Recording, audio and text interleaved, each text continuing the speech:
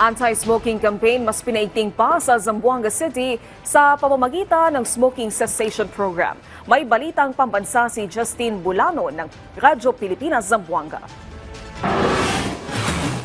Dahil sa tumataas na bilang ng kaso ng cancer sa Zamboanga City, pinaigting na ng Zamboanga City Medical Center ang kanilang anti-smoking campaign.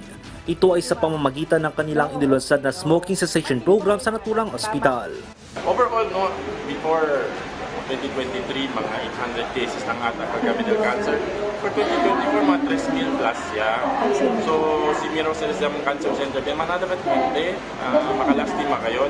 So, this is one way na pwede kita, kasi kita viral burden del cancer, no, is to prevent smoking. At para tuluyang mapababa ang bilang ng mga naninigarilyo sa lungsod, itinuro ng ZCMC kung paano mag-enroll sa smoking cessation program at ang mga benepisyo na maaaring nilang makuha sa ilalim ng naturang programa. Or you can also visit us at the Public Health Unit.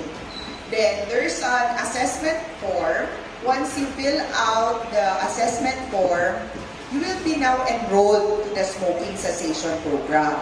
Ang naturang programa ay naglalayong hikayatin ang mga individual, lalo na ang mga smoker na tuluyan ng tumigil sa paninigarilyo. Mula sa Radyo Pilipinas Zamboanga, Justin Bulanon para sa Balitang Pambansa.